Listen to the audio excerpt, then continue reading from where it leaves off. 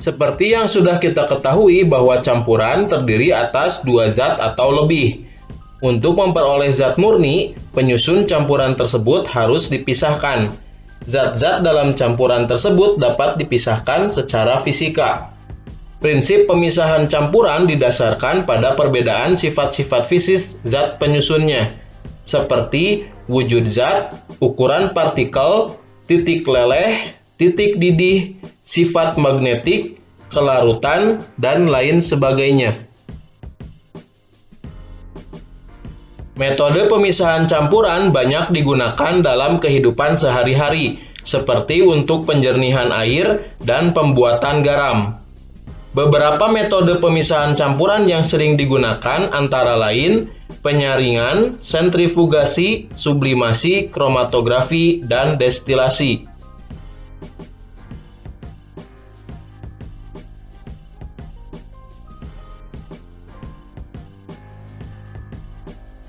Salah satu metode pemisahan yang paling sederhana adalah metode filtrasi atau penyaringan.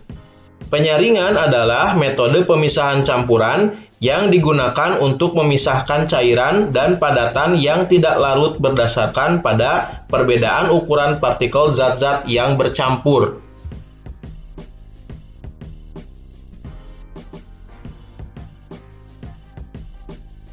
Metode sentrifugasi sering dilakukan sebagai pengganti filtrasi jika partikel padatan yang terdapat dalam campuran memiliki ukuran sangat halus dan jumlah campurannya lebih sedikit. Metode sentrifugasi digunakan secara luas untuk memisahkan sel-sel darah merah dan sel-sel darah putih dari plasma darah. Dalam hal ini, padatan adalah sel-sel darah merah dan sel-sel darah putih yang akan mengumpul di dasar tabung reaksi, sedangkan plasma darah berupa cairan yang berada di bagian atas.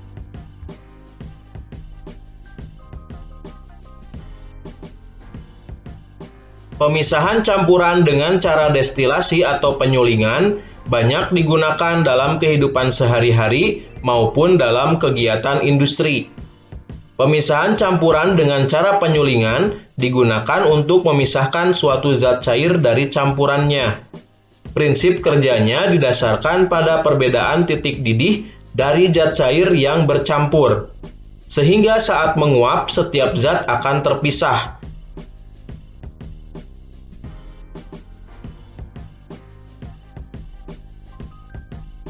Metode pemisahan dengan cara kromatografi digunakan secara luas dalam berbagai kegiatan, di antaranya untuk memisahkan berbagai zat warna dan tes urin untuk seseorang yang dicurigai menggunakan obat terlarang atau seseorang atlet yang dicurigai menggunakan doping. Pemisahan campuran dengan cara kromatografi pada umumnya digunakan untuk mengidentifikasi suatu zat yang berada dalam suatu campuran. Prinsip kerjanya didasarkan pada perbedaan kecepatan merambat antara partikel-partikel zat yang bercampur dalam suatu medium diam ketika dialiri suatu medium gerak.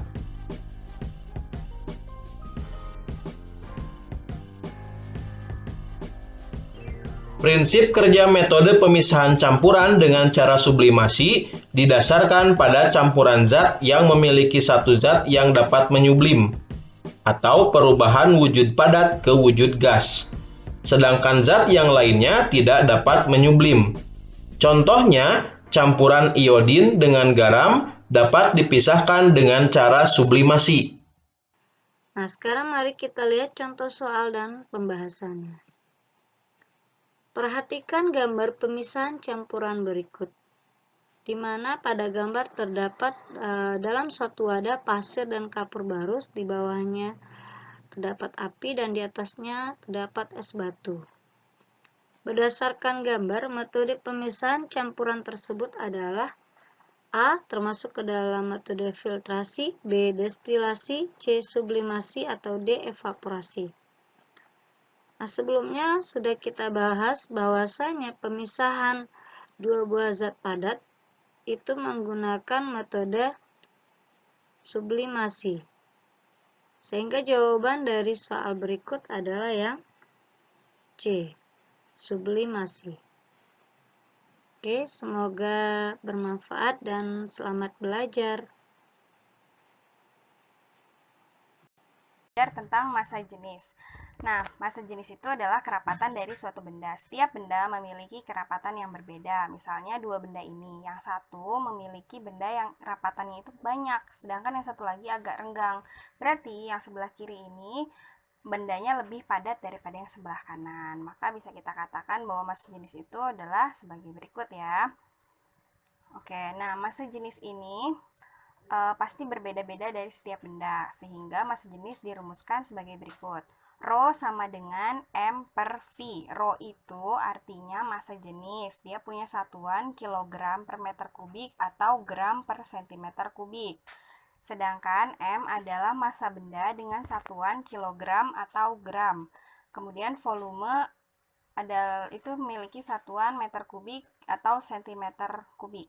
Jika satuan masanya kilogram, volumenya meter kubik, berarti satuan rho-nya adalah kilogram per meter kubik.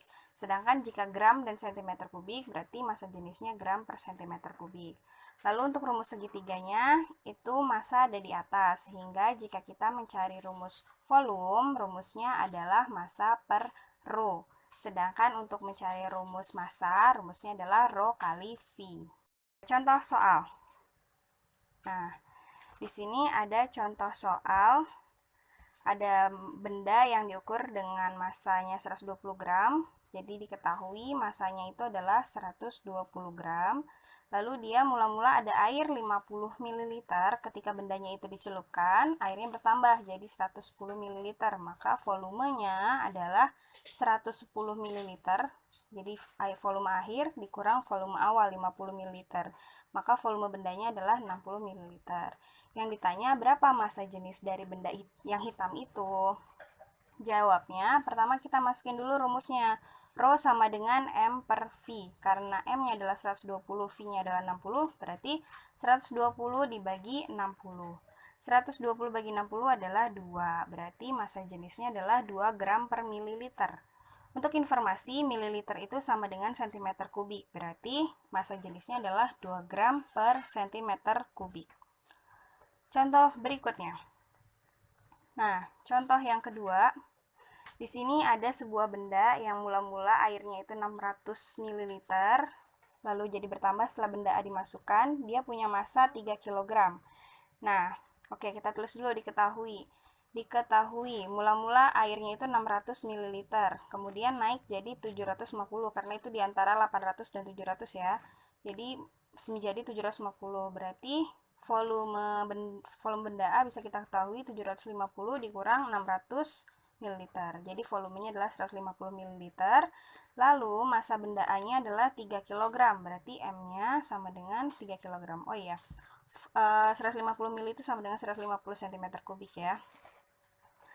Kemudian massanya dari kilogram kita ubah ke gram supaya jadi satuannya nanti gram per cm kubik. Karena 3 kg turun 3 tangga jadi 3000 gram. Yang ditanya berapa massa jenisnya, masukin dulu rumusnya. Kemudian massanya adalah 3000 dan volumenya adalah 150. 3000 bagi 150 itu sama dengan 20. Jadi satuannya jadi hasil dari massa jenisnya adalah 20 gram per centimeter kubik. Selanjutnya contoh yang terakhir, di sini ada sebuah benda, massanya itu kita bisa lihat di sini ya. Lalu dia dicelupkan ke air di gelas ukur, airnya jadi bertambah. Nah, apakah jenis benda itu? Di sini diminta massa jenisnya harus satuan kilogram per meter kubik. Kita tulis dulu diketahui, massanya itu 294 gram. Kita tulis 294 gram. Kemudian volumenya, mula-mula dia 30 mili menjadi 65 mili. Berarti volume bendanya sama dengan 65 mili dikurang 30 sama dengan 35 ml. Lalu yang ditanya adalah massa jenis, masukin rumusnya. Karena harus kilogram per meter kubik, nanti kita konversi di akhir. Massa per volume, massanya adalah 294, volumenya adalah 35, sehingga 294 bagi 35 sama dengan 8,4 gram per mililiter atau cm kubik. Nah, tadi dari gram per sentimeter kubik diubah jadi kilogram per meter kubik itu dikali 1000, sehingga hasilnya adalah 8.400 kilogram per meter kubik. Jadi bendanya adalah tembaga. Seperti itu. Nah, sampai di sini dulu penjelasan materi hari ini. Semoga ilmu kita bermanfaat. Tetap semangat, jaga kesehatan. Wassalamualaikum warahmatullahi wabarakatuh.